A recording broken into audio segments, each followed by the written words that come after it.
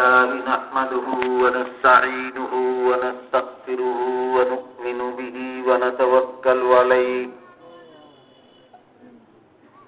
ونعوذ بالله من شرور أنفسنا ومن سيئات أعمالنا من يهده الله فلا مضل له ومن يضلله فلا هادي له ونشهد أن لا إله إلا الله وحده لا شريك له ونشهد أن سيدنا ونبينا ومولانا محمدا عبده ورسوله صلى الله تعالى عليه وعلى آله وأصحابه وبارك وسلم أما بعد فأعوذ بالله من الشيطان الرجيم بسم الله الرحمن الرحيم الحمد لله رب العالمين الرحمن الرحيم مالك يوم الدين إياك نعبد وإياك نستعين اهدنا الصراط المستقيم صراط الذين أنعمت عليهم غير المغضوب عليهم ولا الضالين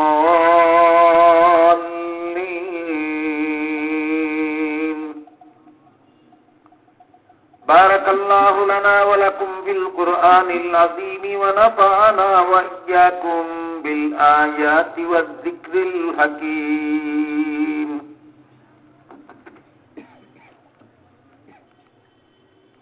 শ্রদ্ধেয় সভাপতি হযরত উলামায়ে কেরাম,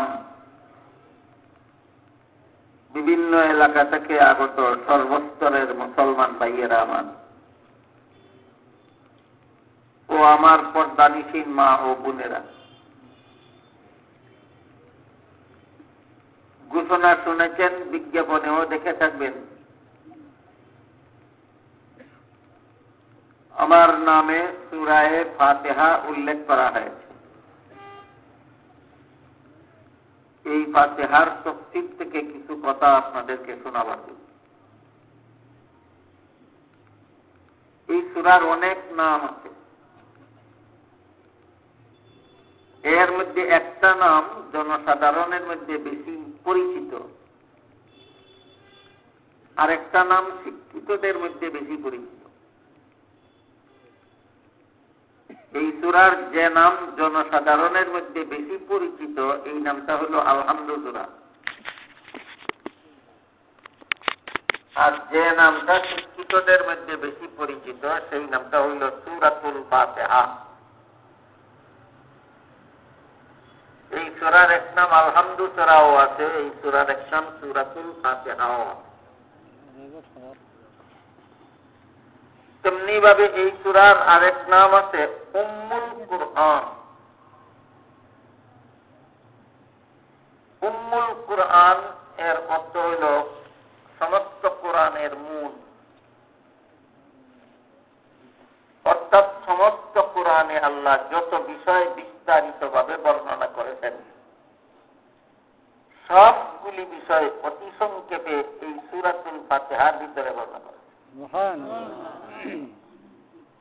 30 পারা কোরআনে যা কিছু আছে বিস্তারিতভাবে, তার সবটুকুই সূরাতুল ফাতিহার ভিতরে আছে সংক্ষিপ্তভাবে।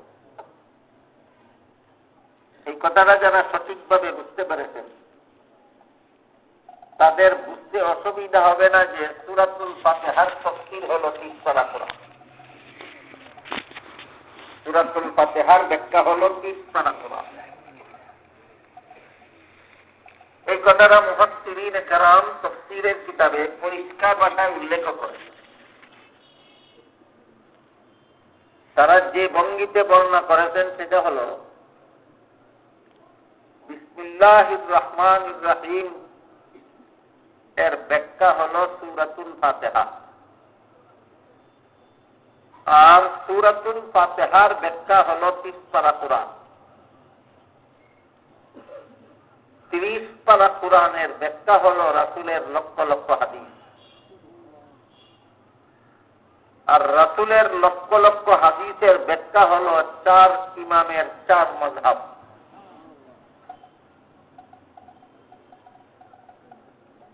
সূরাতুল ফাতিহা হলো বিসমিল্লাহর ব্যাখ্যা, 30 পারা কোরআন হলো সূরাতুল ফাতিহার ব্যাখ্যা, রাসূলের সমস্ত হাদিস হলো 30 পারা কোরআনের ব্যাখ্যা, আর 4 ইমামের 4 মাযহাব হলো রাসূলের সমস্ত হাদিসের ব্যাখ্যা। কাজেই বিসমিল্লাহ মানতে হলে সূরাতুল ফাতিহা মানতে হবে। সূরাতুল ফাতিহা মানতে হলে 30 পারা কোরআন মানতে হবে। 30 পারা কোরআন মানতে হলে রাসূলের হাদিসগুলি মানতে হবে। আর রাসূলের হাদিস মানতে হলে ইমামগণের মাযহাব মানতে হবে। ইমামগণের মাযহাব মানা ছাড়া রাসূলের হাদিস মানার কোনো পথ নাই। রাসূলের হাদিস মানা ছাড়া কোরআন মানার কোনো পথ নাই। কোরআন মানা ছাড়া সূরাতুল ফাতিহা মানার কোনো পথ নাই। সূরাতুল ফাতিহা না মানলে বিসমিল্লাহ মানার কোনো পথ নাই। এই পদ্ধতিতে মুফাসসিরিন কেরাম বিষয়টা কিতাবে তাফসীরের কিতাবে উল্লেখ করেন। এর ভিতরে পরিষ্কারই উল্লেখ আছে যে সূরাতুল ফাতিহার ব্যাখ্যা হলো 30 পারা কোরআন। 30 পারা কোরআনে আল্লাহ যা কিছু আলোচনা করেছেন সংক্ষিপ্ত বিস্তারিতভাবে তার সবটুকুই আলোচনা করেছেন সূরাতুল ফাতিহার ভিতরে সংক্ষেপে। এই সূরার আরেক নাম আছে সূরাতুশ শিফা। শিফা শব্দের অর্থ আরোগ্য, আরোগ্য লাভের সূরা। কারণ হাদিস শরীফে রাসূল করিম সাল্লাল্লাহু আলাইহি ওয়াসাল্লাম বলেন, মানুষের এমন কোন রোগ নাই যা সূরাতুল ফাতিহা পড়ে ফু দিলে সারে না। সুবহানাল্লাহ। মানুষের যত রোগ আছে সমস্ত রোগের চিকিৎসা হয় সূরাতুল ফাতিহা দ্বারা। এখানে প্রশ্ন জাগতে পারে, তাহলে ডাক্তারের কি দরকার, ফার্মেসির কি দরকার, ঔষধের কি দরকার? অথচ রাসূল করিম সাল্লাল্লাহু আলাইহি ওয়াসাল্লাম নিজেও ঔষধ ব্যবহার করেছেন, চিকিৎসা ব্যবহার করেছেন। সূরাতুল ফাতিহা যদি সর্বরোগের চিকিৎসা হয়ে থাকে, তাহলে রাসূল নিজে কেন অন্য চিকিৎসা গ্রহণ করলেন? এর কারণ হলো সূরাতুল ফাতিহা পরে ফুঁক দিলে যে কোন রোগের চিকিৎসা হয় রাসূল বলেছেন, রাসূলের কথা সত্য। কিন্তু মুফাসসিরিন কেরাম লেখেন এর জন্য দুইটা শর্ত আছে। একটা হলো যে মুখে এই সূরা পরে ফুঁক দিবে, মুখটা আল্লাহর পছন্দসই মুখ হতে হবে। আরেকটা শর্ত হলো যে রোগী সূরাতুল ফাতিহা পরে ফু নিবে, সেই রোগীর আল্লাহর কালামের প্রতি পুরা ইয়াকিন থাকতে হবে। কাজেই যেখানে আল্লাহর পছন্দসই মুখ যেখানে পাওয়া যাবে না, আল্লাহর কালামের প্রতি পূর্ণ ইয়াকিনওয়ালা রোগী যেখানে পাওয়া যাবে না, সেখানেও যেন চিকিৎসা চলতে পারে। এই জন্য রাসূল নিজে শিক্ষা দিয়েছেন যে চিকিৎসা গ্রহণ করো, যেখানে ওই রকম মুখ না পাও সেখানে অন্য চিকিৎসা গ্রহণ করো, যেখানে এমন ইয়াকিনওয়ালা না পাও সেখানে অন্য চিকিৎসা গ্রহণ করো।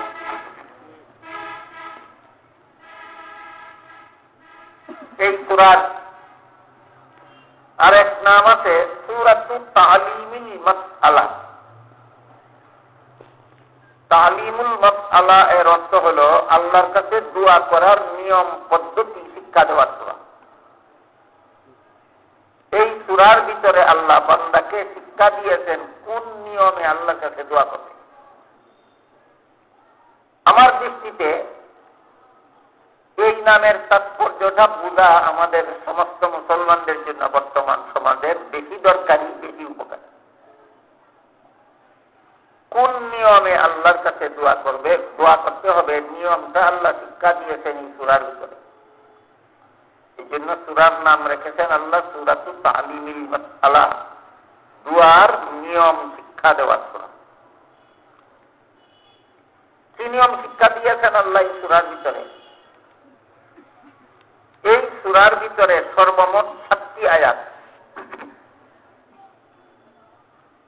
হানাফি মাযহাবের ব্যাখ্যা মতো প্রথম আয়াত হলো আলহামদুলিল্লাহি রাব্বিল আলামিন,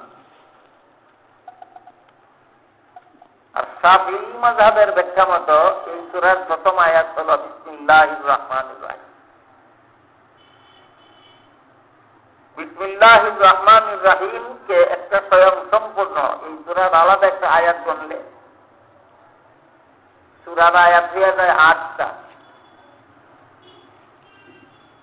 যেহেতু আল্লাহ রাসূল বলেছেন এই সূরার 7 আয়াত, বিসমিল্লাহতে একটা আয়াত গণলে আয়াত 8টা হয়ে যায়। এই জন্য শাফিঈ মাযহাবের তারা এই সূরার শেষের দিয়ে আয়াতকে এক আয়াত গণেন, যাতে 7টা আয়াত যে রাসূল বলছেন ওই কথাটা যেন ঠিক রাখা যায়। এই আলোচনাটা আপনাদের জন্য দরকার নেই, এটা শুধু আলেমগণের দরকার এবং তাফসীর ক্লাসের ছাত্রদের দরকার। কথায় কথায় যেহেতু আসলো যে হানাফি মাযহাবের ব্যাখ্যা মতো সূরাতুল ফাতিহার প্রথম আয়াত আলহামদুলিল্লাহি রাব্বিল আলামিন। রাসূল যে এই সূরার প্রথমে বিসমিল্লাহ করেছেন এই সূরার অংশ হিসেবে নয়, রাসূল প্রত্যেক সূরার শুরুতেই বিসমিল্লাহ করেছেন। প্রত্যেক সূরার শুরুতেই বিসমিল্লাহ পড়া সুন্নাত, সূরাকে পার্থক্য করে চিনার জন্য, সূরার অংশ হিসেবে নয়। এটা হলো হানাফি মাযহাবের কথা।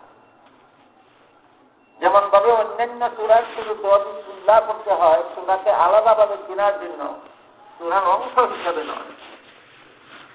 ঠিক সেইভাবেই রাসূল কারীম সাল্লাল্লাহু আলাইহি ওয়াসাল্লাম সূরাতুল ফাতিহার শুরুতে বিসমিল্লাহ পড়েছেন, সূরাকে আলাদাভাবে চিহ্নিত করার জন্য, সূরার অংশ হিসেবে নয়।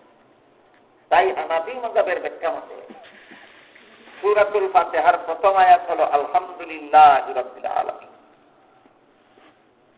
এর অর্থ হলো সমস্ত প্রশংসা আল্লাহর জন্য, যিনি সমগ্র জগতের প্রতিপালক। এই আয়াতে আল্লাহ শিক্ষা দিয়েছেন আল্লাহর কাছে যে তুমি দোয়া করবে, দোয়া করার আগে আল্লাহর প্রশংসা করো। প্রথম আয়াতে সূরাতুল ফাতিহার প্রথম আয়াতে আল্লাহ শিক্ষা দিয়েছেন দোয়া করার আগে আল্লাহর প্রশংসা করো।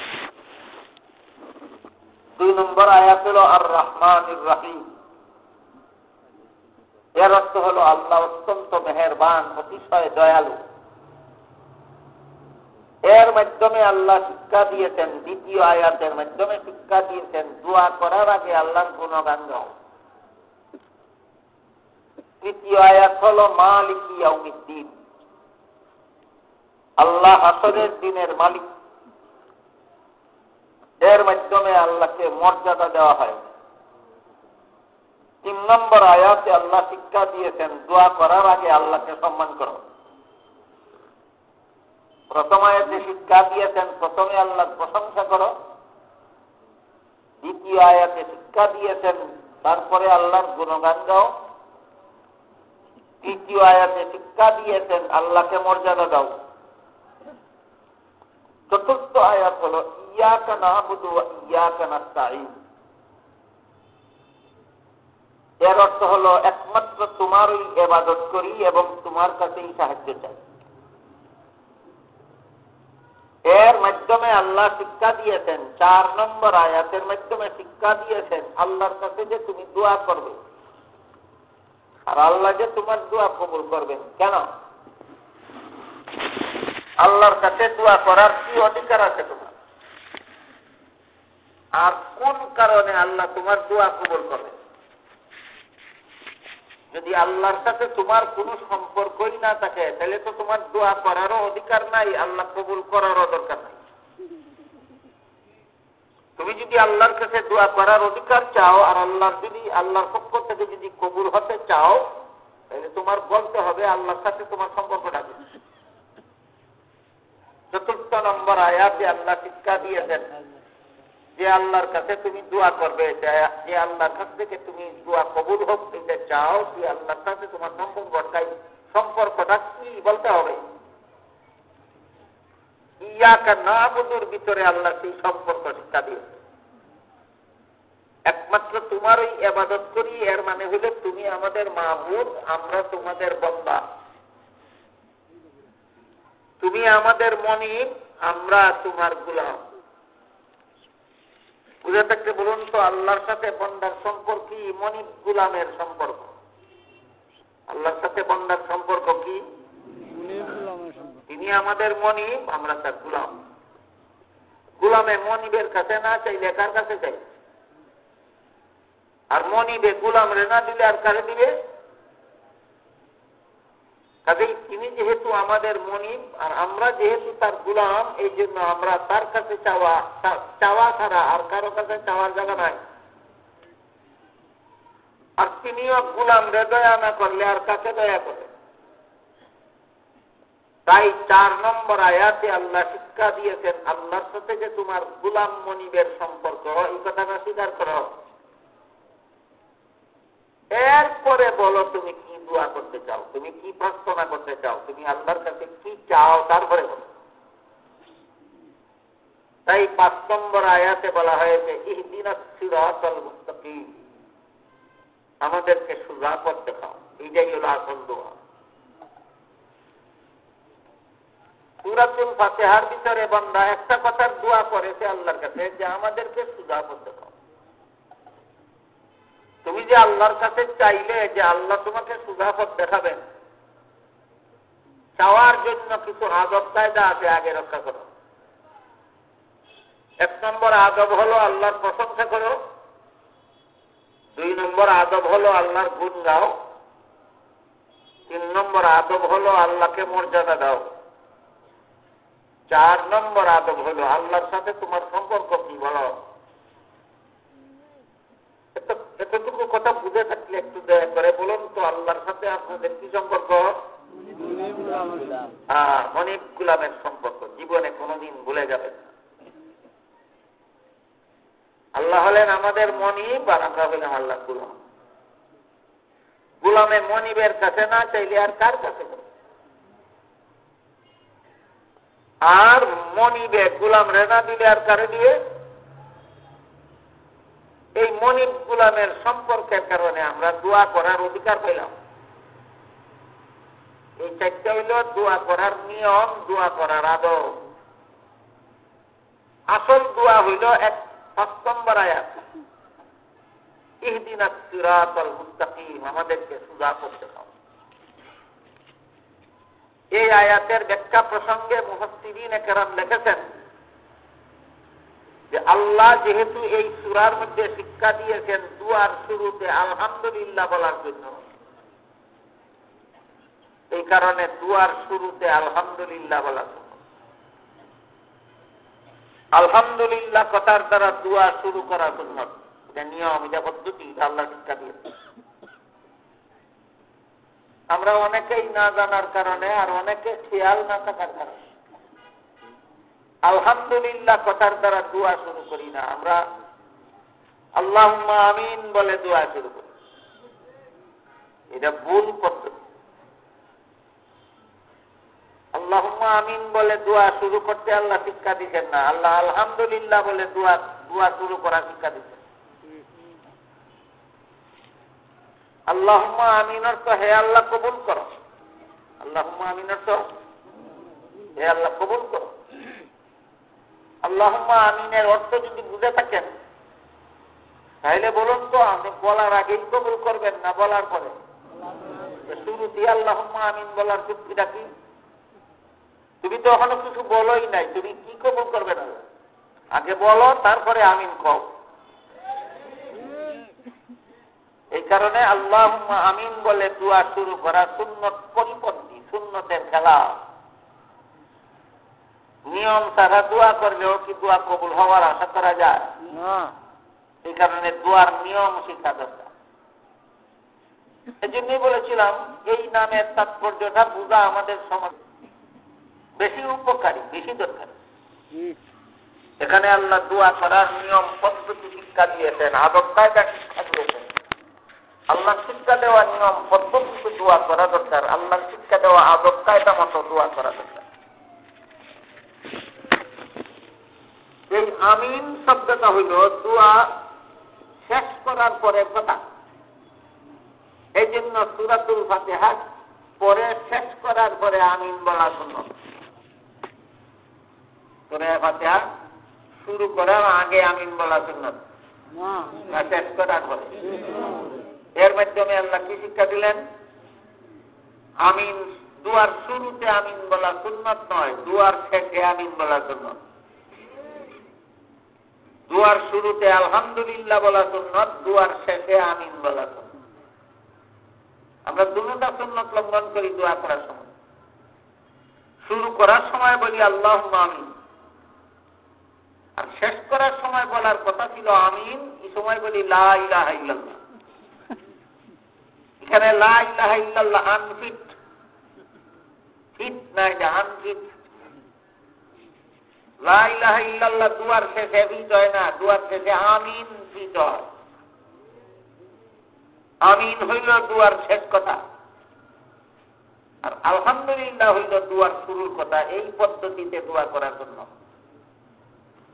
এটা লঙ্ঘন করে দোয়া করলে সুন্নত মতো দোয়া হয় না। এই জন্য আল্লাহ পাক রব্বুল আলামিন এই সূরার যত নাম রেখেছেন এর মধ্যে একটি নাম রেখেছেন সূরাতুত তালিমিল মাসআলা, বান্দার পক্ষ থেকে আল্লাহর কাছে দোয়া করার নিয়ম পদ্ধতি শিক্ষা দেওয়ার সূরা। আমাদের কোনো সময় যদি কোনো অনুষ্ঠানে এই সূরার তাফসীর করতে দেওয়া হয় তাহলে এই কথাগুলি আমি বলে দিই, কিন্তু তারপরও আমি গভীরভাবে লক্ষ্য করি যে অনেকেই আল্লাহ কি নিয়ম শিক্ষা দিলেন এই নিয়ম পালন করে না, নিজের যেভাবে মনে যায় সেইভাবেই চলে। আল্লাহুম্মা আমিন বলেই দোয়া শুরু করে আর লা ইলাহা ইল্লাল্লাহ বলেই দোয়া শেষ করে। দুটোটা সুন্নতের খেলা, দুটোটা সুন্নতের খেলা। এই জন্য বলেছিলাম যে আমার দৃষ্টিতে এই নামের তাৎপর্যটা বোঝা এই সমাজের মুসলমানদের জন্য আমি মনে করি বেশি উপকারী, বেশি দরকারি।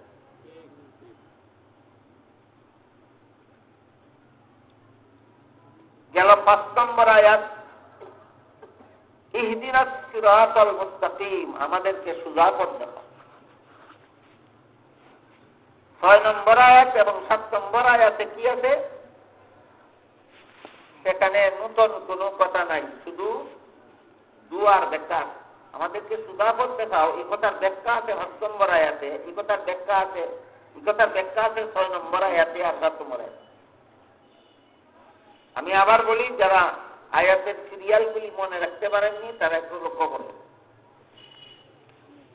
১ নম্বর আয়াতে আল্লাহ শিক্ষা দিয়েছেন আল্লাহর প্রশংসা করো। ২ নম্বর আয়াতে শিক্ষা দিয়েছেন আল্লাহর গুণগান গাও। ৩ নম্বর আয়াতে শিক্ষা দিয়েছেন আল্লাহকে মর্যাদা দাও। ৪ নম্বর আয়াতে শিক্ষা দিয়েছেন আল্লাহর কাছে যে চাইবা, কি অধিকার আছে তোমার চাওয়ার, আল্লাহর কাছে কি, আল্লাহর সাথে কি সম্পর্ক তোমার আগে বলো। আজকে তাফসীর শোনার প্রত্যেকে কি আপনারা বলতে পারবেন আল্লাহর সাথে কি সম্পর্ক আপনাদের? তাহলে আমরা চাইবার অধিকার আছে। গোলামে মনিবের কাছে না যে লেখা থাকবে কোন অধিকারে তুমি আল্লাহর কাছে দোয়া করবে, এটা ৪ নম্বর আয়াতে উল্লেখ করো, শিক্ষা দিয়ে। ৫ নম্বর আয়াতে শুধু দোয়াটা শিক্ষা দিচ্ছেন, আমার কাছে দোয়া করো ইহদিনাস সিরাতাল মুস্তাকিম, হে আল্লাহ আমাদের সোজা পথ দেখাও, এই দোয়াটা তোমরা আমার কাছে করো। ৫ নম্বর আয়াতে হইল মূল দোয়া। ৬ নম্বর আয়াতে দোয়ার কিছু ব্যাখ্যা, আর ৭ নম্বর আয়াতেও মূল দোয়ার সামান্য ব্যাখ্যা করে দোয়া শেষ করা।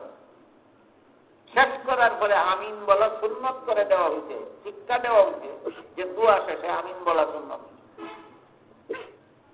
আজকে কি শিখলাম? সূরাতুল ফাতিহার তাফসীর প্রসঙ্গে দোয়ার শুরুতেও একটা সুন্নত আছে, শেষেও একটা সুন্নত। বুঝে থাকলে বলেন তো দোয়ার শুরুর সুন্নতটা কি? আলহামদুলিল্লাহ। দোয়া শেষ করার পরে সুন্নতটা কি? আমিন। এটা যেন কোনোদিন ভুলে না যায়। আলহামদুলিল্লাহ না বলে যা কিছু বলেই দোয়া শুরু করবেন, এটা সুন্নত মতো শুরু হইল না। আমিন না বলে যা কিছু বলেই শেষ করবেন, এটা সুন্নত মতো শেষ করা হইল। এই কথাটা যখন বর্ণনা করা হয় তখন কিছু লোক একটা চালাকি করে, খুব সূক্ষ্ম চালাকি। কেমন চালাকি? বলে ওয়াজআল আখিরা কালিমাতিনা লা ইলাহা ইল্লাল্লাহ। এর অর্থ হইল, হে আল্লাহ, আমাদের জীবনের শেষ কথা যেন লা ইলাহা ইল্লাল্লাহ। এটার অর্থ কি দুয়ার শেষ কথা লা ইলাহা ইল্লাল্লাহ হইতো না জীবনের শেষ কথা? দুয়ার শেষ কথা লা ইলাহা ইল্লাল্লাহ না জীবনের শেষ কথা? এটারে ঘুরে ফিরে দুয়ার শেষ কথা ঠিক করলা কেন? ওই একটা চালাকি। এই ঘুরে ফিরে আবার দুয়ার শেষ কথা বানাইল লা ইলাহা ইল্লাল্লাহ, একটা চালাকি। আল্লাহ কি চালাকি বুঝে না? কিছু কম বুঝে মনে হয়। কেন আল্লাহর সাথে চালাকি কেন? আল্লাহ শিক্ষা দিলেন তোমার দুয়ার শেষ কথা আমিন হওয়া দরকার, আর তোমার জীবনের শেষ কথা লা ইলাহা ইল্লাল্লাহ হওয়া দরকার। ক্লিয়ার হোক কথা, দুইটা পরিষ্কার হোক। বলেন দুয়ার শেষ কথা হবে লা ইলাহা ইল্লাল্লাহ, এটা জীবনের শেষ কথা হওয়া চাই। জীবনের শেষ কথা হওয়া চাই লা ইলাহা ইল্লাল্লাহ, আর দুয়ার শেষ কথা হওয়া চাই আমিন।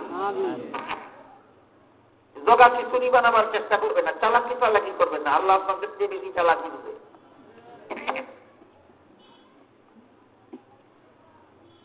এখন ৫ নম্বর আয়াতে হইল মূল দোয়া,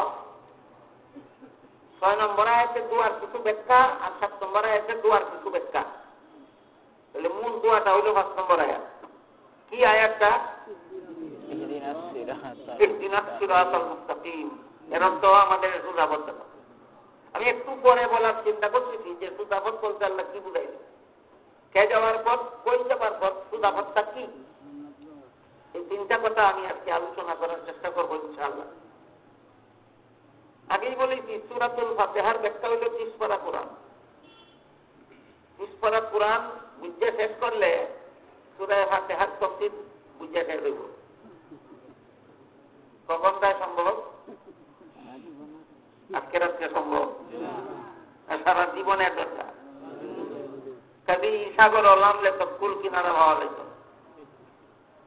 এই কারণে আমার ক্ষুদ্র বিবেচনা সূরাতুল ফাতিহার তাফসীর থেকে যে কথাগুলি আমার ক্ষুদ্র বিবেচনায় আমাদের সমাজের মানুষের জন্য বেশি দরকারি মনে করি, বেশি উপকারী মনে করি, আমি ওই কথাগুলি আপনাদের সামনে তুলে ধরার চেষ্টা করব, বাছাই করে, চয়ন করে, ধারাবাহিকভাবে নয়।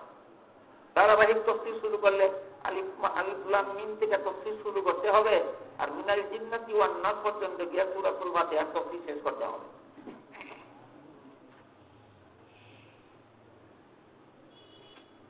৫ নম্বর আয়াত হল মূল দোয়া, ইহদিনাস সিরাতাল মুস্তাকিম, আমাদের সুদাপথ দেখাও। আমি একটু পরে বলার চেষ্টা করতেছি এই সুদাপথ বলতে কি বুঝাইলেন আল্লাহ, আর কোথায় যাবার সুদাপথ, এটা একটু পরে বলবো।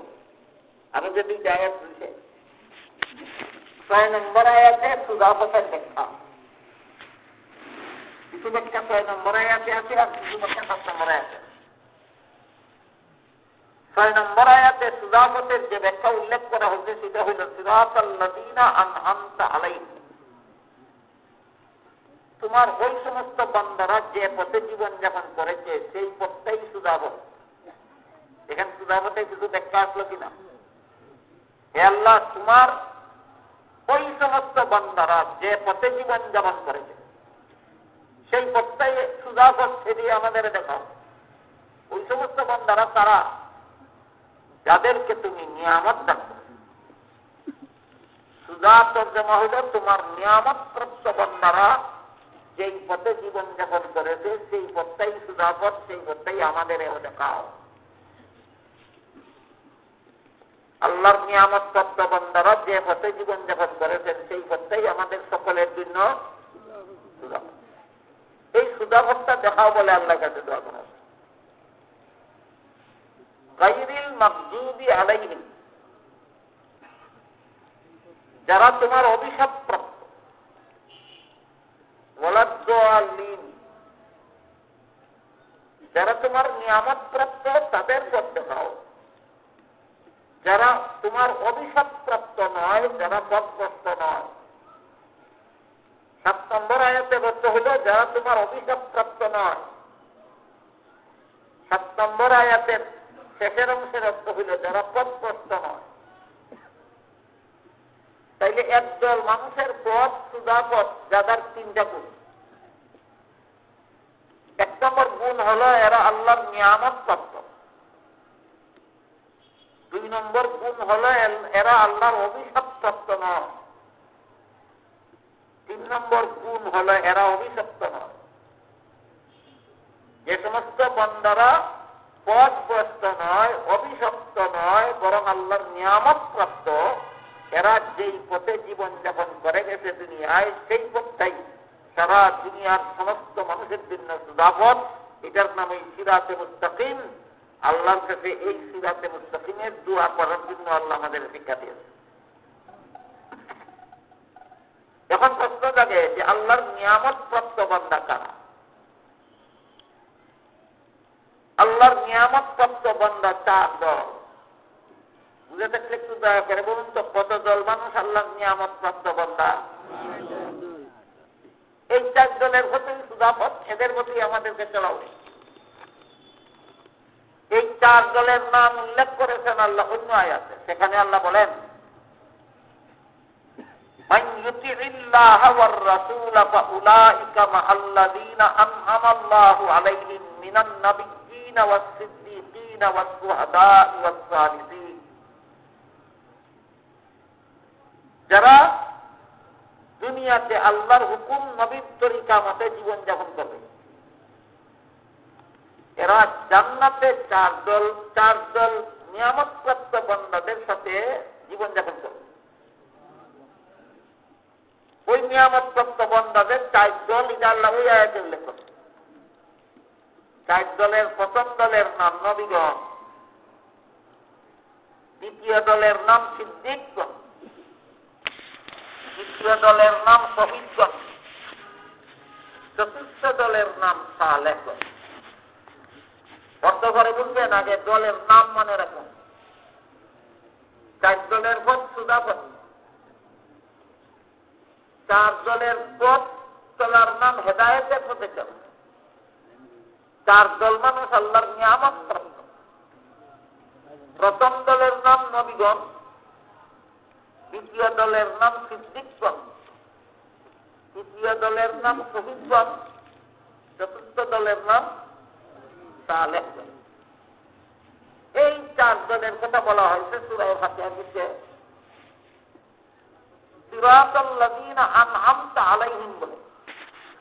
আল্লাহ এই 4 দলের প্রতি তুমি নিয়ামত দান করেছো। এই 4 দল মানুষ যে পথে জীবনযাপন করে গেছেন সেই পথ সারা দুনিয়ার সমস্ত মানুষের জন্য সুদাপথ। তাদের পথে আমাদেরকে চালাও। নবীগণের পথে চালাও, সিদ্দিকগণের পথে চালাও, শহীদগণের পথে চালাও, সালেহগণের পথে চালাও। মুফাসসিরিনে কেরাম এই 4 দলের বিস্তারিত পরিচয় লিখেছেন 2 ভাগে। একটা পরিচয় হল নবীগণ ওই সমস্ত মানুষকে বলা হয় যাদেরকে আল্লাহর পক্ষ থেকে মনোনীত করে দুনিয়ার মানুষকে হেদায়েতের পথ দেখাবার জন্য দুনিয়াতে পাঠানো হয়। নবীগণের সংজ্ঞা কি, নবীগণের ডেফিনেশন কি, নবীগণের পরিচয় কি? তাফসীরে লেখা আছে নবীগণের পরিচয় হইল আন-নাবিয়্যু ইনসানুন বা'আসাহুল্লাহু ইলা ইবাদিহি লিতাবলীগিল আহকাম ওই সমস্ত মানুষকে নবী বলা হয় যাদেরকে আল্লাহ মনোনীত করেন। তাহলে নবীরা নবী মনোনীত হন কোন মানুষের দ্বারা না একমাত্র আল্লাহর দ্বারা? আল্লাহ। আল্লাহ যাদেরকে মনোনীত করেন দুনিয়ার মানুষের কাছে আল্লাহর বিধিবিধান পৌঁছে দেওয়াতে নবীগণ। সিদ্দিকগণের পরিচয় যারা আল্লাহর কথা আল্লাহর রাসূলের কথা বিশ্বাস করার জন্য কোন সাক্ষী প্রমাণ তালাশ করে না। সাক্ষী প্রমাণ তালাশ করে, কারো কথা বিশ্বাস করার জন্য সাক্ষী প্রমাণ তালাশ করতে হয় কার বেলায়? যে সত্যও বলতে পারে মিথ্যাও বলতে পারে। যার কথা সত্য বা মিথ্যা হওয়ার সম্ভাবনা আছে তার কথাটা সত্য না মিথ্যা যাচাইয়ের জন্য সাক্ষী দরকার আছে। কথা কি বুঝেন আপনারা? আমার বুঝে থাকতে বলুন তো, যার কথার মধ্যে মিথ্যার কোনো সম্ভাবনা নাই তার কথা বিশ্বাস করতে কোনো সাক্ষী দরকার আছে? এই কথাটা যারা মানে জীবনের সর্বক্ষেত্রে যে আল্লাহর কথা বিশ্বাস করতে সাক্ষী প্রমাণ লাগে না, নবীর কথা বিশ্বাস করতে সাক্ষী প্রমাণ লাগে না, নবী কোনদিন মিথ্যা কথা বলেন না জীবন। এইভাবে আল্লাহ এবং আল্লাহর রাসূলের কথা সাক্ষী প্রমাণ ছাড়াই মেনে নেওয়া বিশ্বাস করে নেওয়ার ন্যায় যারা তাদেরকে বলে সিদ্দিকগণ। এই প্রসঙ্গে একটা চমৎকার ঘটনা আছে সিদ্দিক শব্দ বোঝাতে। রাসূল করিম সাল্লাল্লাহু আলাইহি ওয়াসাল্লাম মেরাজ থেকে আসার পরে রাত্রে আসার পরে মেরাজে গেছিলেন, ফজরের আগেই সেখান থেকে ফিরে আসেন। এখান থেকে ফজর পর্যন্ত সারা রাত নয় কিছু সময়, এসার পরে ফজরের আগে কিছু সময়ের জন্য নবী মেরাজে গেছিলেন। বলেন ঘন্টার পর ঘন্টার জন্য না কিছু সময়? কিছু সময়ে সাত আসমান পাড়ি দিয়া বেশ সুযোগ দেখিয়া আল্লাহর সাথে সাক্ষাৎ করে কথাবার্তা কইয়া আবার ফিরে যাবেন। ফজরের পরে যখন ঘটনা বর্ণনা করলেন আবু জাহালের কানে গেলাম। আবু জাহেল নাচতে নাচতে আবু বকরের সামনে গেল। বলে তোমার মতো বুদ্ধিমান মানুষ এই মাতাল লোকটার কথা আরো শুনবে? মাতাল লোকটা মোহাম্মদ কেমনে মাতাল হইল? কেমনে মাতাল হইল? বলে আসার পরে সাত আসমানের উঠে গেছে।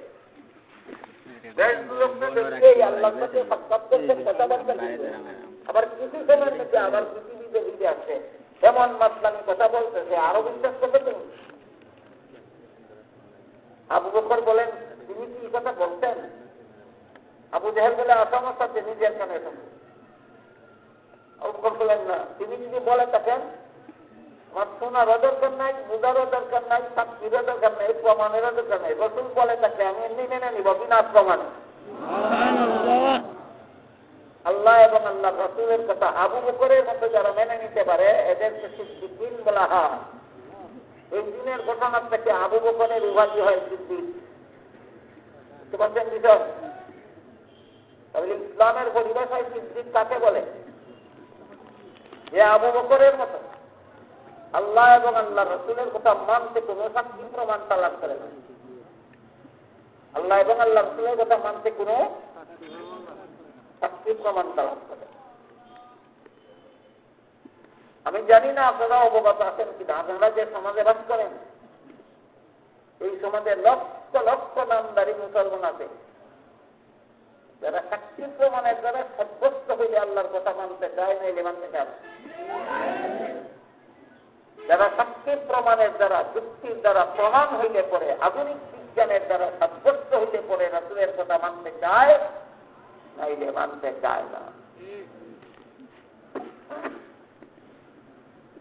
এর উদাহরণ যদি আমি দিতে যাই যে আজকের আলোচনা এখানেই সমাপ্ত হয়ে যাবে, বাকি আরো কিছু জরুরি কথা আপনাদেরকে বলার ইচ্ছা আমার আছে, আমার ওই কথাগুলি বলা যাবে না।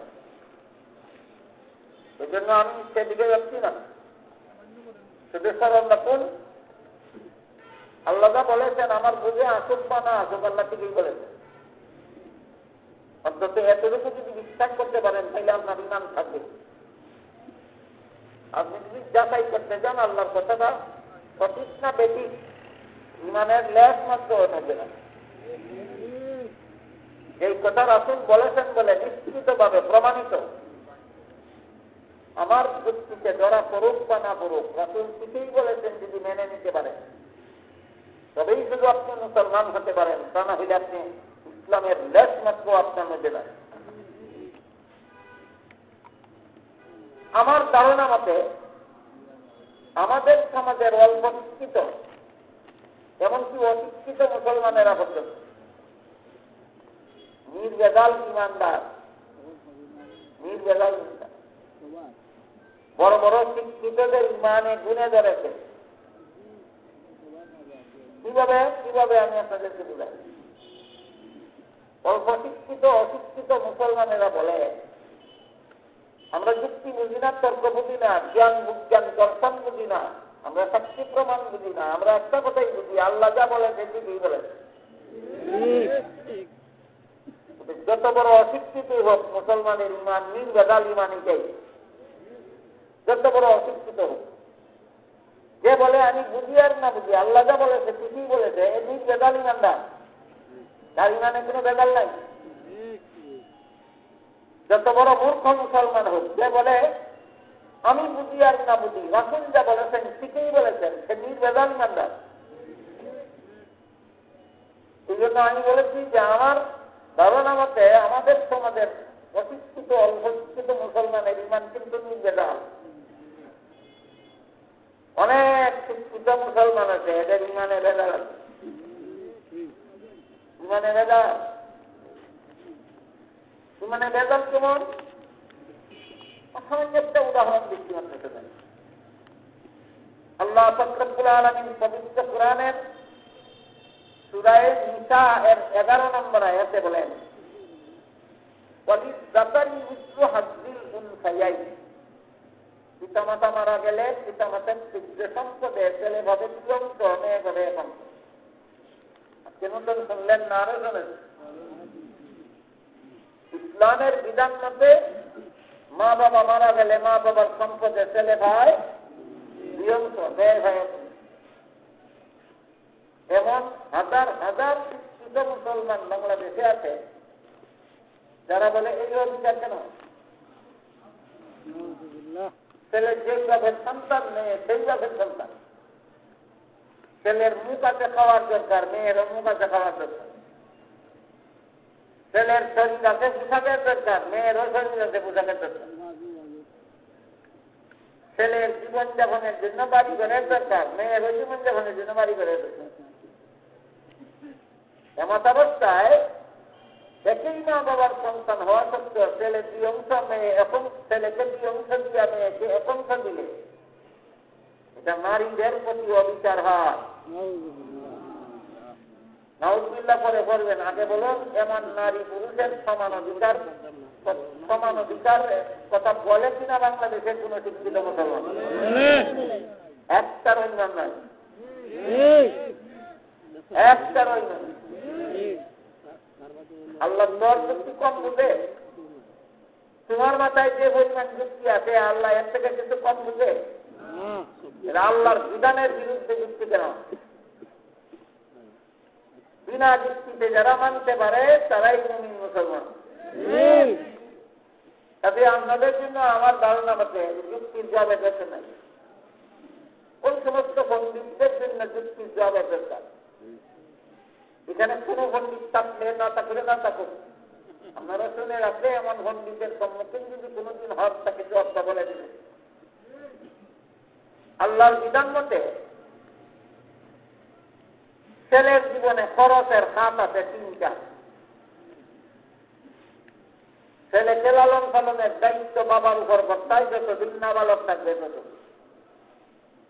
সাবালক ছেলেকে লালন পালন করা বাবার দায়িত্ব নয়। কোনো বাবা যদি সাবালক ছেলেকে লালন পালন করে সেটা হবে ছেলের প্রতি বাবার দয়া।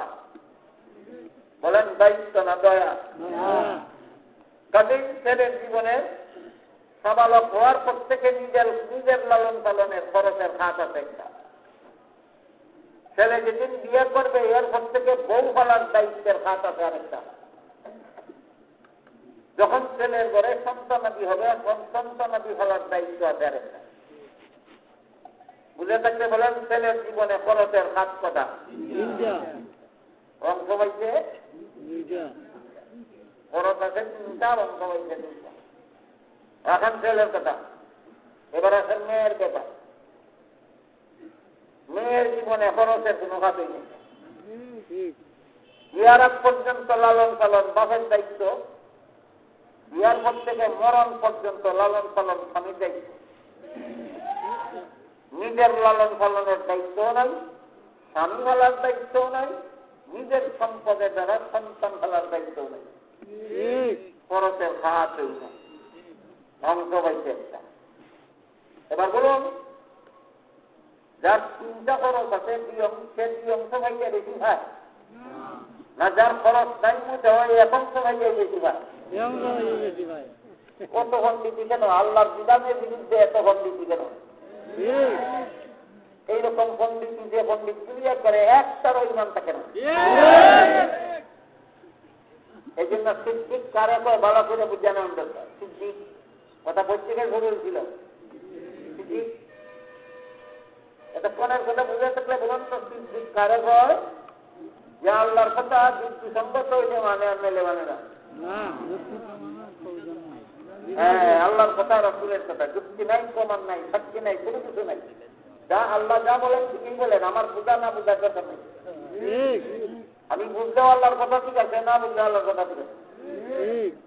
রাসূলের কথার যুক্তি, আমি বুঝলেও রাসূলের কথা সত্য, আমি না বুঝলেও রাসূলের কথা সত্য। এইভাবে যারা আল্লাহ এবং আল্লাহর রাসূলের কথা মেনে নিতে পারে তাদেরকে সিদ্দিক সিদ্দিকিন বলা হয়। আল্লাহর নিয়ামত প্রাপ্ত বান্দাগণ 4 দল: নবীগণ, সিদ্দিকগণ, শহীদগণ, সালেহগণ।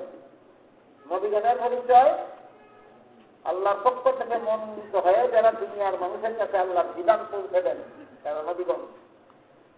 সিদ্দিকিনের পরিচয় যারা আল্লাহ এবং আল্লাহ রাসূলের কথা বিশ্বাস করার জন্য কোনো সাক্ষী প্রমাণ তালাশ করে না, এটা রুহানি সিদ্দিক। সুহাদার পরিচয় শহীদগণ তারা, যারা আল্লাহর হুকুম নবীর তরিকা বাস্তবায়নের জন্য নিজের জান মাল সবকিছু বিসর্জন দিতে তৈরি থাকে, এদের রুহানি শহীদ। আল্লাহর রাস্তায়, রাসূলের রাস্তায়, আল্লাহর বিধান মতো জীবন যাপনের জন্য, নবীর তরিকা মতো জীবন যাপনের জন্য যত সম্পদ বিসর্জন দিতে হয়, সমস্ত সম্পদ বিসর্জন দিতে প্রস্তুত থাকে। এমনকি জান দিতে হইলে জান দিতে অপ্রস্তুত থাকে যারা, তাদের নাম শহীদগণ।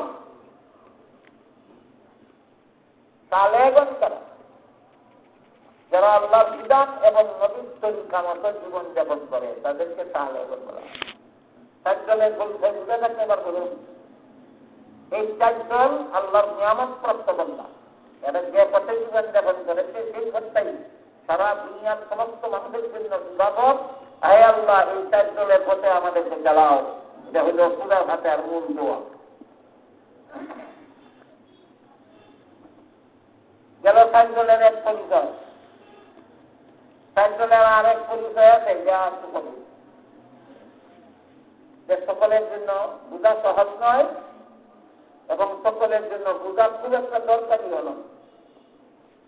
এই জন্য এই আলোচনাটা না হইলেও চলে, কিন্তু আপনাদের কারো মানে কৌতূহল বাকি থাকতে পারে যে 4 দলের এক পরিচয়তে শুনলাম, আরেকটা পরিচয় বলে এটাতে শুনলাম। শুধু কৌতূহল নিবারণের জন্য দুনিয়ার জীবনে আল্লাহকে জন্মসূত্রে দেখার কোনো ব্যবস্থা নেই। আল্লাহ দুনিয়ার জীবনে কোনো মানুষের চোখে আল্লাহকে দেখার মতো পাওয়ার দেন না। যদি পাওয়ার দিতেন অবশ্যই দুনিয়া দিয়ে আল্লাহকে দেখত, কিন্তু তখন তার ইমানটাই গ্রহণযোগ্য। আল্লাহকে দেখার পরে ইমান আনলে ইমান কবুল হয় না, আল্লাহকে না দেখে ইমান আনলে ইমান কবুল হয়।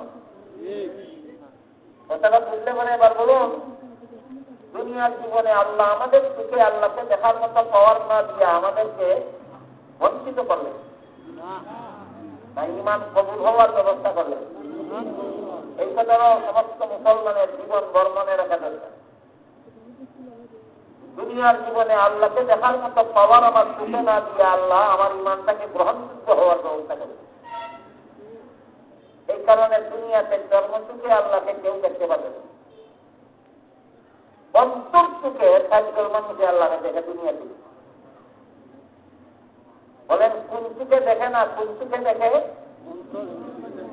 জন্মসুখে কেউ দেখে না, কিন্তু অন্তর সুখে চারজন মানুষ দুনিয়াতে আল্লাহকে দেখে। যেন কথার মধ্যে চেষ্টা লাগানোর জন্য আবার জিজ্ঞেস করি, কোন সুখে দেখে না, কোন সুখে দেখে? অন্তর সুখে দেখে। সর্বলোকে না, চারজনের দুনিয়াতেই আল্লাহকে অন্তর সুখে দেখে চারজন মানুষ। হযরত আলী রাদিয়াল্লাহু তাআলা আনহুকে এক নাস্তিকে জিজ্ঞাসা করেছিল, ও আলী, তোমার মতো বুদ্ধিমান মানুষ যে আল্লাহ দেখা যায় না, ধরা যায় না, ছোঁয়া যায় না, এমন আল্লাহ বিশ্বাস করো কিভাবে? নাস্তিকে জিজ্ঞাসা করে হযরত আলীকে। আলী বলেন, আমি যা দেখি না তার জীবন বিশ্বাস করি। আমি সেই আল্লাহকেই দেখেছি, সেই আল্লাহকে বিশ্বাস করেছি যাকে আমি অন্তর থেকে দেখতে পেরেছি। হযরত আলীর ঘটনায় কি প্রমাণ হইল? কিছু মানুষের দুনিয়াতেই আল্লাহকে দেখে, কিন্তু জন্মসুখে নয়, অন্তর সুখে। অন্তর সুখের দুনিয়াতে সব মানুষে আল্লাহকে দেখে না, দেখে চারজনের। এই চারজনের প্রথম দলের নাম নবীগণ, দ্বিতীয় দলের নাম সিদ্দিকগণ, তৃতীয় দলের নাম শহীদগণ, চতুর্থ দলের নাম সালেহ। নবীগণ দুনিয়ার জীবনেই আল্লাহকে অন্তর সুখে দেখে, সিদ্দিকগণ দুনিয়ার জীবনেই আল্লাহকে অন্তর সুখে দেখেন, শহীদগণ দুনিয়ার জীবনেই আল্লাহকে অন্তর সুখে দেখেন, সালেহগণ দুনিয়ার জীবনেই আল্লাহকে অন্তর সুখে দেখেন। অনেকে এই কথা শুনলে আবার প্রশ্ন করে যে অন্তরের আবার সুখ কেমন, সেই সুখে আবার দেখা যায় কিভাবে? এই প্রশ্নের জবাব মুফাসসিরিনে কেরাম বড় চমৎকার ভাবে তাফসীরের কিতাবে লেখেছে। হযরত ইউসুফ আলাইহিস সালামের ঘটনার বিবরণ দিয়ে আল্লাহ পাক রব্বুল আলামিন এখানে বলেন, ইন ক্বালা ইউসুফু লিআবিহি ইয়া আবাতি ইন্নী রাআইতু আহাদা আশারা কাওকাবা رأيت أحد عشر كوكبا والشمس والقمر رأيتهم لي ساجدين। স্মরণ করো সেই দিনের ঘটনা যেদিন ইউসুফ আলাইহিস সালাম তার বাবাকে বলেছিলেন, বাবা আমি ঘুমের মধ্যে দেখি, ঘুমের মধ্যে দেখি আকাশের চন্দ্র সূর্য এবং 11টি তারকা আমাকে চেষ্টা করতে। জাগ্রত অবস্থায় দেখেছিলেন না ঘুমন্ত অবস্থায়? কথা থাকুন, আপনারা কি জীবনে কেউ কোনোদিন ঘুমন্ত অবস্থায় কিছু দেখেন? যখন দেখেন তখন আপনার চক্ষু দুটি খোলা থাকে না বন্ধ থাকে? দেখার মেশিনটাই বন্ধ, তাহলে দেখলেন কি বলে? এই যে অন্তর সুখের, অন্তর সুখের দেখা আবার দুই রকম। একটা ঘুমন্ত অবস্থায় অন্তর সুখে দেখা, আর একটা জাগ্রত অবস্থায় অন্তর সুখে দেখা। ঘুমন্ত অবস্থায় অন্তর সুখে দেখার নাম স্বপ্ন। ঘুমন্ত অবস্থায় অন্তর সুখে দেখার নাম স্বপ্ন। এটার জন্য মুমিন হওয়া লাগে না, মুসলমান হওয়া লাগে। এটার জন্য নামাজি লাগে না, নেক আমলওয়ালা লাগে না, কাফিরেও দেখে। যেদিন কাফিরেও ঘুমের মধ্যে অন্তর সুখে দেখে, কিন্তু জাগ্রত অবস্থায় অন্তর সুখে দেখার জন্য হয়তো নবীগণের অন্তর্ভুক্ত হতে হয়, আর নয় সিদ্দিকিন, না হয় সুহাদা, না হয় সালু। জাগ্রত অবস্থায় অন্তর সুখে কজলে দেখে,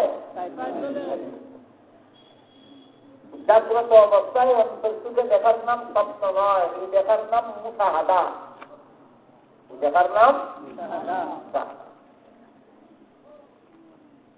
যারা জাগ্রত অবস্থায় অন্তর সুখে আল্লাহকে সরাসরি দেখে এবং নিকটবর্তী অবস্থায় দেখে, তাদেরকে নবীগণ বলা হয়। আর যারা জাগ্রত অবস্থায় অন্তর থেকে আল্লাহকে সরাসরি দেখে, কিন্তু নিকটবর্তী অবস্থায় নয়, দূরবর্তী অবস্থায়, তাদেরকে সিদ্দিকীন বলা হয়।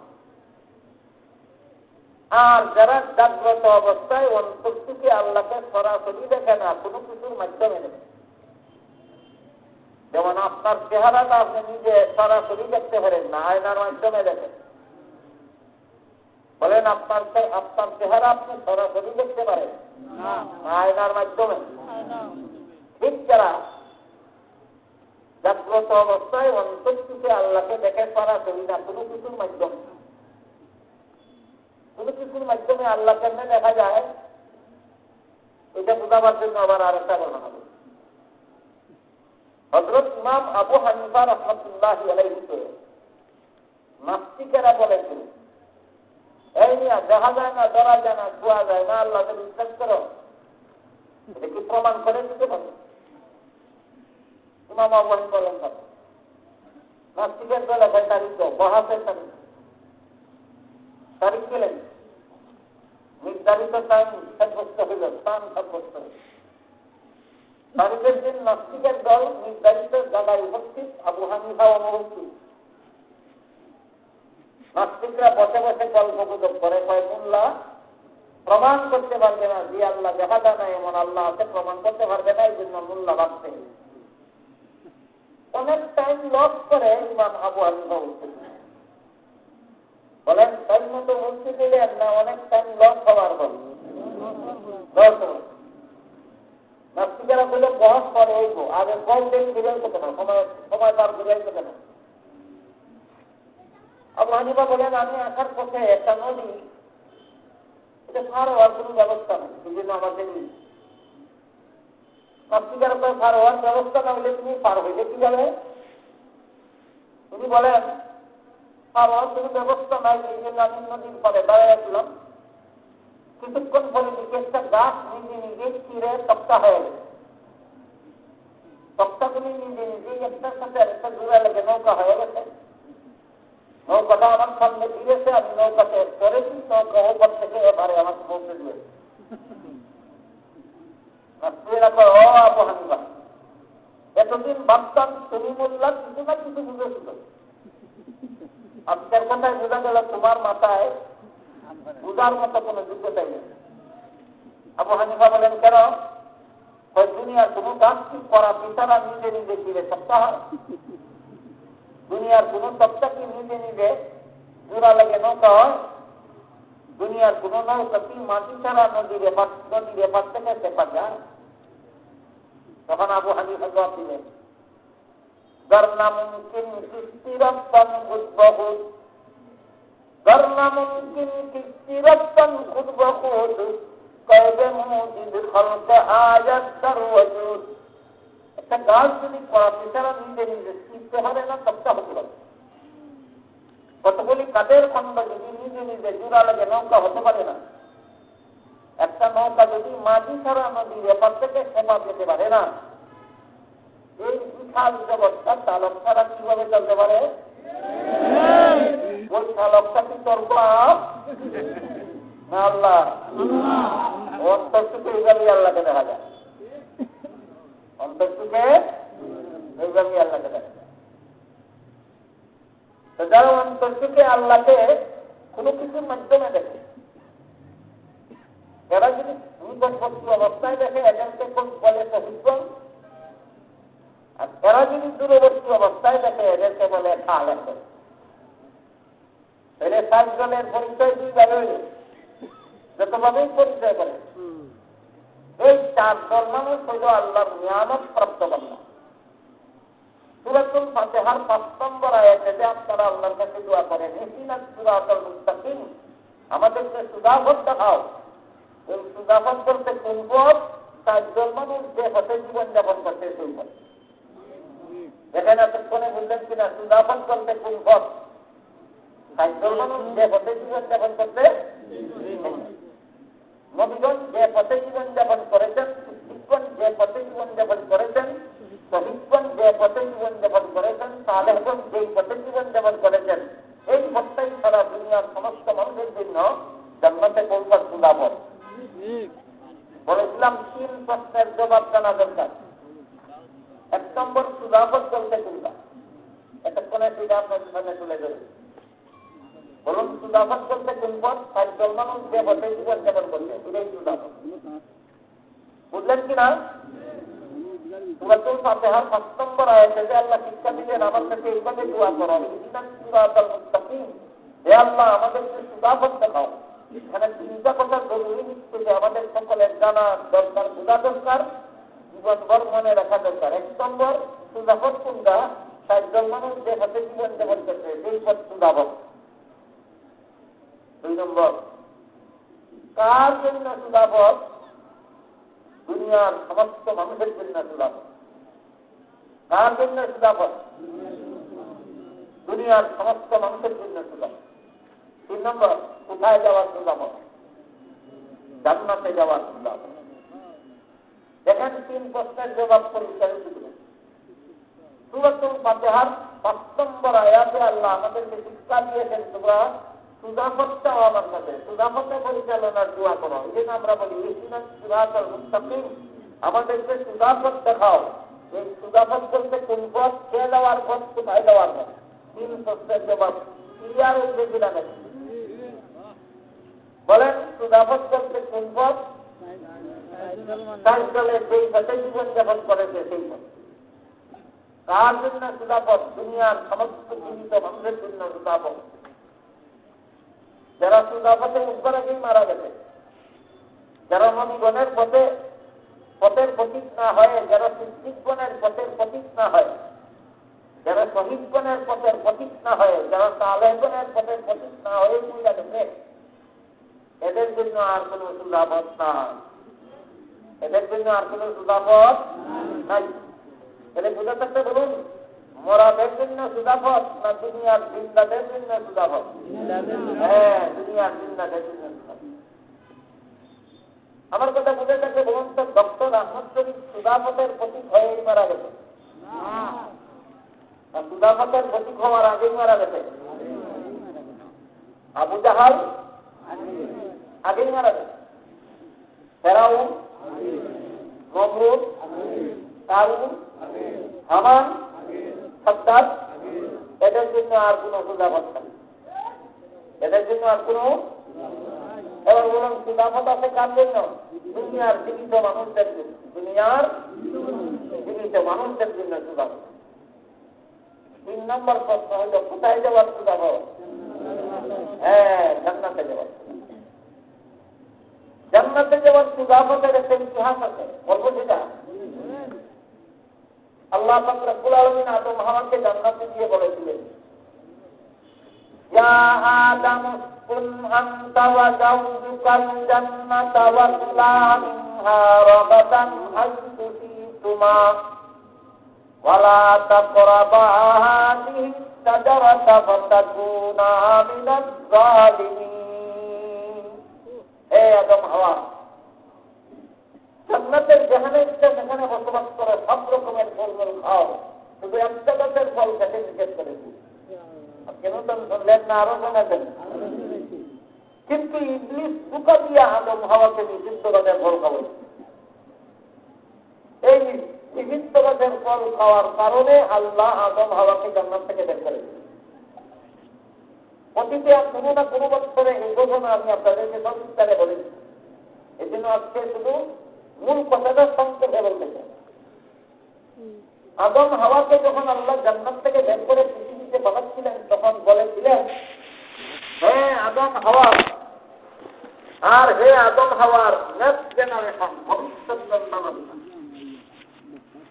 বলেন তো আপনারা কি আদম হাওয়ার পরবর্তী সন্তান আমি নন? আপনাদেরকে আল্লাহ সেদিন বলেছিলেন, হে আদম হাওয়া আর আদম হাওয়ার পরবর্তী সন্তানাদিরা, তোমরা কিছুদিনের জন্য দুনিয়াতে যাও। চিরকালের জন্য দুনিয়াতে যাও বলেছিলেন না কিছুদিনের জন্য? এই কিছুদিনে দুনিয়াতে যে পথে জীবন যাপন করলে তোমরা আবার চিরকালের জন্য জান্নাতে গিয়ে আসতে পারবে, সেই পথটা আমি আল্লাহ নিজ দায়িত্বে তোমাদেরকে দেখাই দেব। দুনিয়াতে পাঠাইলেন কিছুদিনের জন্য, আর চিরদিনের জন্য জান্নাতে যাওয়ার পথ দেখাইয়া দিবেন বলে ওয়াদা করলেন। কথা বুঝতে পারতেছেন আপনারা? দুনিয়াতে পাঠাইলেন কিছুদিনের, এই কিছুদিনের জীবনটা কোন পথে কাটাইলে চিরদিনের জন্য জান্নাতে যাওয়া যাবে সেই পথ আল্লাহ দেখাবেন বলে ওয়াদা করেছিলেন আমাদের সাথে। সেই দিন আদম হাওয়াকে পৃথিবীতে পাঠাইছিলেন যেদিন, আল্লাহর সেই ওয়াদা পরবর্তীতে পুরা করেছেন দুইভাবে। একটা পদ্ধতি হল লক্ষাধিক নবী রাসূল পাঠাইয়া তাদের মাধ্যমে আমাদেরকে জান্নাতে যাওয়ার পথ দেখাইয়া দিতেন। আর একটা হলো শতাধিক আসমানি কিতাব নাযিল করে ওই কিতাবগুলির মধ্যে লিপিবদ্ধ করে আমাদেরকে চিরকালের জন্য জান্নাতে যাওয়ার পথ দেখাইয়া দিতেন।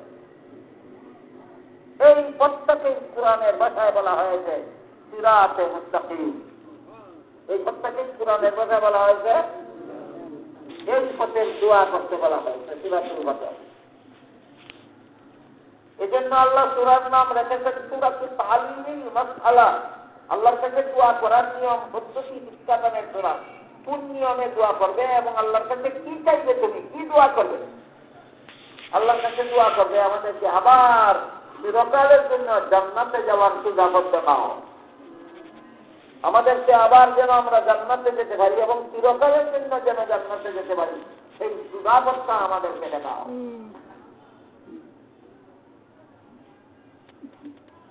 সোনার উপর বাড়িঘর যেন বানাতে পারি পৃথিবীতে, এই দোয়া আল্লাহ শিক্ষা দিচ্ছেন না। কোটি কোটি টাকা যেন উপার্জন করতে পারি দুনিয়াতে, এই দোয়া আল্লাহ শিক্ষা দিচ্ছেন না। দুনিয়ার জীবনে যেন রাজা বাদশার মতো আনন্দের জীবন যাপন করতে পারি, এমন দোয়া করা আল্লাহ শিক্ষা দিচ্ছেন না। শিক্ষা দিচ্ছেন একটা পথের দোয়া, পথের দোয়া শিক্ষা দিচ্ছেন আমাদেরকে জান্নাতে যাওয়ার সুব্যবস্থা দেখাও।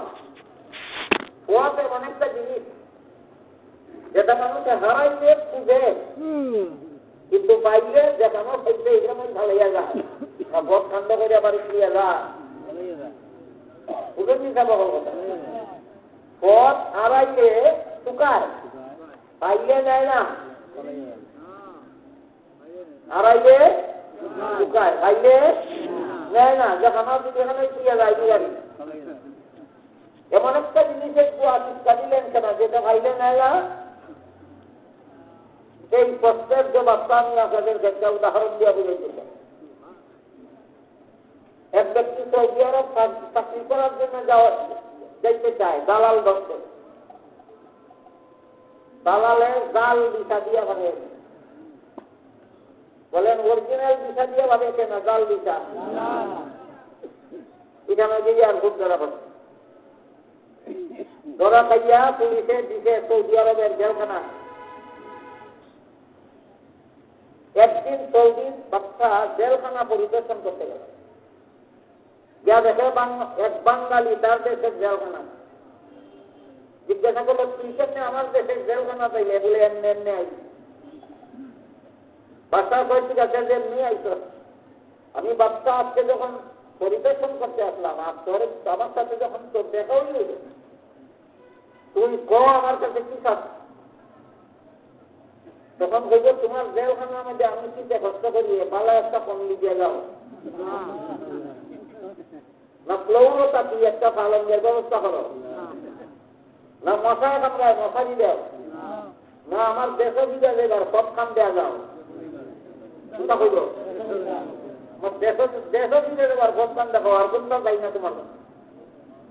জেলের খানিবালা না বনিবালা, টাকাবালা না গোমানিবালা, ইত্যাদ দোকানি দোকান নাই বাড়ি যেতাম ভর্তা দেখাইয়া দিয়া দাও। ঠিক তেমনি বলে জান্নাত হলো আমাদের বাড়ি। এক দালালে আমরা জান্নাত থেকে বাইর করছে, দালাল নাম শয়তান,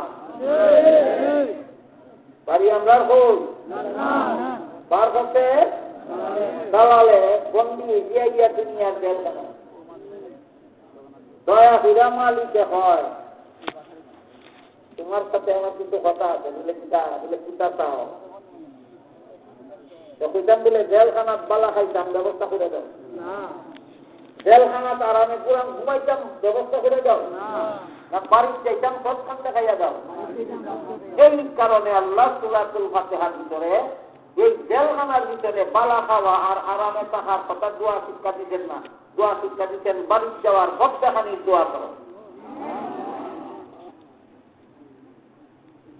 তাই বান্দা যখন আল্লাহর কাছে চাইল ইহদিনাস সিরাতাল মুস্তাকিম, আমার বাড়ি যাওয়ার সুজাপথ দেখাও, এখন বুঝছেন তিন প্রশ্নের জবাব।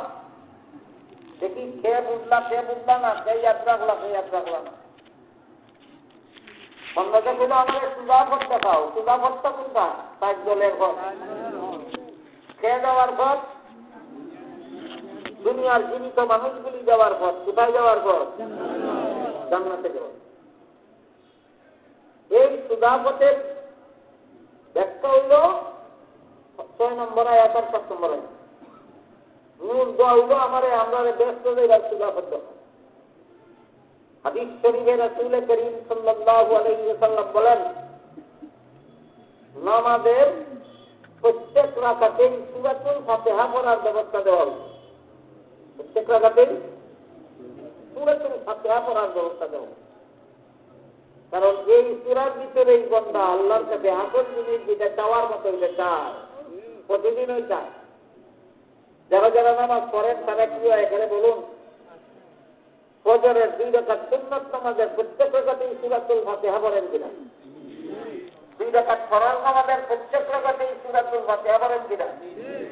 যোহরের, আসরের, মাগরিবের, এশার, তাহাজ্জুদের, তারাবির, সব নামাজের সব রাকাতে সূরাতুল ফাতিহা পড়ার বিধান কেন দেওয়া হইল? বাড়িতে যাম, মালিক হত্যা দেখাও। এই জিনিসটা যেহেতু সবচেয়ে প্রিয় বস্তুটা যেহেতু এই সূরার ভিতরে চাওয়া হয়, সবচেয়ে বড় মালিকের কাছে যেহেতু চাওয়া হয়, এই জন্য এই সূরাটা প্রত্যেক নামাজের প্রত্যেক রাকাতে পড়ার ব্যবস্থা দেওয়া হয়। হাদিস শরীফে রাসূল করিম সাল্লাল্লাহু আলাইহি ওয়াসাল্লাম বলেন, তাই মুসল্লি যখন নামাজে দাঁড়াইয়া বলে সূরাতুল ফাতিহার প্রথম আয়াত পড়ে আলহামদুলিল্লাহি রাব্বিল আলামিন, সমস্ত প্রশংসা ওই আল্লাহর জন্য যিনি সমগ্র জগতের প্রতিপালক। আল্লাহ তখন জবাব দেন, বলেন হামিদানি আব্দি, আমার বান্দা আমার প্রশংসা করে। মুসল্লি যখন বলে আর রহমানির রহিম, আমার আল্লাহ মেহেরবান, অত্যন্ত দয়ালু। আল্লাহ বলেন আসনা আলাইয়া আব্দি, আমার বান্দা আমার গুণগান গাইবে। বান্দা যখন বলে মালিক ইয়াউমিদ্দিন, মুসল্লি যখন বলে মালিক ইয়াউমিদ্দিন, আল্লাহ তখন বলেন মজ্জাদানি আব্দি, আমার বান্দা আমাকে সম্মান করলো। বান্দা যখন বলেন ইয়াকা না'বুদু ওয়া ইয়াকা নাস্তাইন, আল্লাহ তখন বলেন যালিকা বাইনি ওয়া বাইনা আব্দি। এই আয়াতের মধ্যে আমরা দুজনের সম্পর্ক বর্ণনা করি। আমি তার মনিব আর সে আমার গুলাম। কাজে গুলামে তো মনিবের কাছে তার কাছে আর মনিবি তো দিলে গুলাম রেখে দিয়ে আপনি করে চাইছে ও তখন ইহদিনাস সিরাতাল মুস্তাকিম, আমরা যে জান্নাতে যাওয়ার সুজাপথটা দেখাও। আল্লাহ তখন বলেন লাকা মা সাআলতা ইয়া আব্দি, ওরে আমার বান্দা তুই যা চাইছে আমার কাছে দেয়া দিলাম। এখন আমাদের একটা কথা বোঝার দরকার। ধরেন কথার কথা, জগন্নাথপুর থেকে একজন মানুষ মৌলভীবাজার টাউনে যাবেন, পথ চিনে না। আপনার কাছে বললো ভাই আমাকে মৌলভীবাজার যাওয়ার পথটা দেখাবেন।